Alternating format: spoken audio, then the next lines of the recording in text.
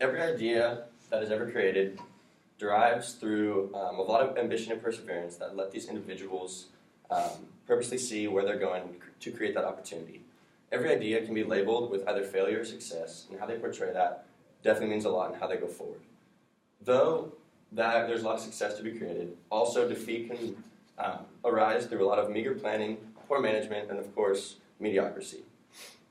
Business owners and entrepreneurs develop a lot of ideas through a lot of their background, but it does not come easy for what they're trying to do to create a business.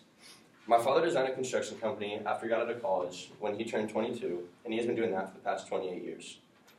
Throughout my last 10 years of my lifetime, I've worked every summer with him to truly see how the company is formed together and just how to get that hands-on experience. In no way am I saying that I know how to run a company at the age of 19, but I do think I've learned a lot of valuable information through the interview I did, that I conducted, and a lot of the research that I found.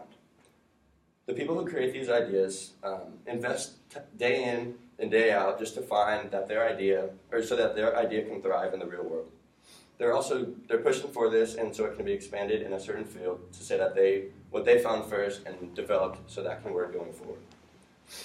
Also, my father growing up, he always encouraged me and my brother to create lemonade stands just because the development that we had to put through, find everything to formulate and get that idea and find that best corner to actually make that business work truly makes a lot of the same things that businesses have that were put together, and we were able to realize that at a young age. Throughout the duration of my time today, I would love to inform you guys on some of the things that a sustainable business carries and a lot of ways to maintain that. The saying, being a little fish in a big pond, is never more evident for business owners or when they're in their garage formulating those ideas.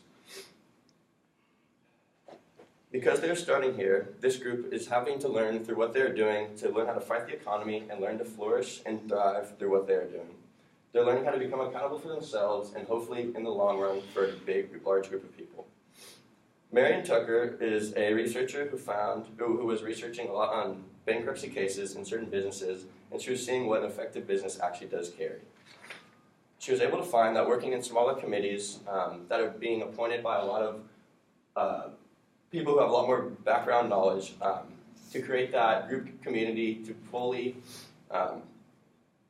work as a group and really pinpoint those actions rather than at a more broad spectrum. Although you want to work in groups as well, you want to have a lot of individual exploration that comes along with a lot of checks and balances that you are being appointed by those people higher up in a company. A lot of those things are rooted through incentive, and every day you want to have a lot of checks and balances that you can be able to look back every day and realize if that thing that you're putting forth in this new business is actually working. A lot of what you're doing, you have to plan accordingly and find that balance through a lot of the account that you read, or a lot of the action that you're taking, and you just have to have that, and you have to make sure that you're realizing that. Hyun Sun Ryu is an engineer that researched a lot on the 175 service firms to find the difference in business innovation and business strategy. She was able to find that having that strong name to have those appointees on those committees, there's a lot what Morton said. You were able to find that just having those things to be able to go put forth in a lot less broad spectrum, and you were really able to get a lot more done. From day one, these people were left finding what was working and what was not, and how to take those certain risks and not to necessarily be scared of those risks. It's just really important to realize that more than half of businesses do fail within the first 5 to 6 years of their existence. And everyone does have the ability to make this happen, and everyone has a different education and a lot of unique backgrounds that really do formulate where they're going. But there is no formula or no set way to say that if you do these 5 steps, your business will be successful. Once these basic premises are set, there are a lot of things to keep this business running smoothly. First, you have to find those sustainable attributes that work in a given market or economy to work going forward. A lot of this must come through a lot of research, and like a lot of people say how they're working in the garage or starting little and then they're growing exponentially. But you have to do a lot of research, a lot of experiments to realize what's going to work in that given market. A lot of what you're doing, you do have to take risks, and you really cannot be afraid of what you want to achieve. from here, there's a lot to do, and you just can never become complacent because the big businesses nowadays are never the ones who are watching on the fence. They're always the one taking that action in the beginning. One of the biggest things to help during these risks is to, in fact, have those tangible goals through these committees, and every single day, be able to look back and say, if you actually did something to go put forth to realize what you're doing from that first day one.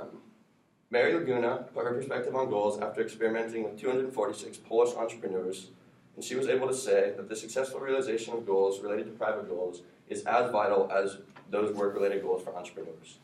Without these goals from the first day, you're telling yourself that you don't want to have that, or even have that opportunity for that chance of that opportunity. There is no distinct guide for what this group is always working for, and there is no value on that success. But everyone who has that different background is all working for that same purpose to have that goal thrive in the real world. Not everyone can have the first person or like the manager's job, but everyone who can kind of live through or under his upbringing and like what he was trying to portray to all get on that same page to create that new business model. It's very important to differentiate the idea of goals and valid risks. If you can boost your business in the right direction, you do have to have those to get to go going forward.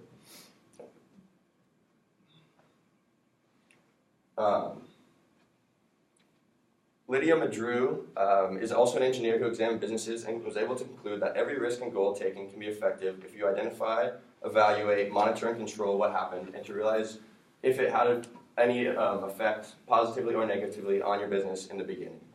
It's important to realize that it's kind of known that the first 6 months of your business is known as the most important because you're really formulating what you're going to be doing hypothetically for your business in 30 years. I was able to conduct an interview with my neighbor who owns a very large company back home in Sacramento. I was really able to pinpoint some of the things that he formulated to make his company, and he really, during the interview, showed me this picture. He really showed, it wasn't specific to his business, but just a lot of the ideas and guidelines to do this. Just really able to realize that you do start from the bottom. That break and even point doesn't necessarily mean that's when you start making money, but it might be that light bulb moment when you realize that that's the thing that you need to do to start portraying to boost that business going forward. A lot of these variable costs, total revenue are all need to be taken into account, and it is hard to find and formulate that business, but that does come back to that education that everyone receives, that you do have to find and formulate that to sustain that innovation.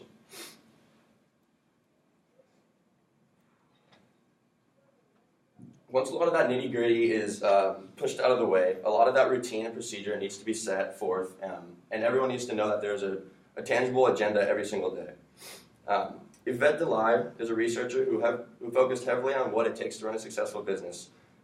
She said it will never come easy. You need to find justifiable attributes across the board, working to get better every single day. She was very evident and determinate to say that you do have to plan big. You can't necessarily plan small, and then if it outgrows that, it is good, but you do want to be able to sustain that. So you always want to plan big and then bring it back small scale within those committees and make that work. It is important to note that times do change. People change and the economy will change, but you have to keep that backbone of the company and the morals of that first business owner, entrepreneur from that first day. Whether it was a lemonade stand or a multi-million-dollar company, it is very important to realize that the things that go forth in a business need to be portrayed at an effective rate. My goal this morning was not to make you want to become a business owner, to more just to realize what the people are in fact doing and that they should gain a little bit of respect to make that economy run.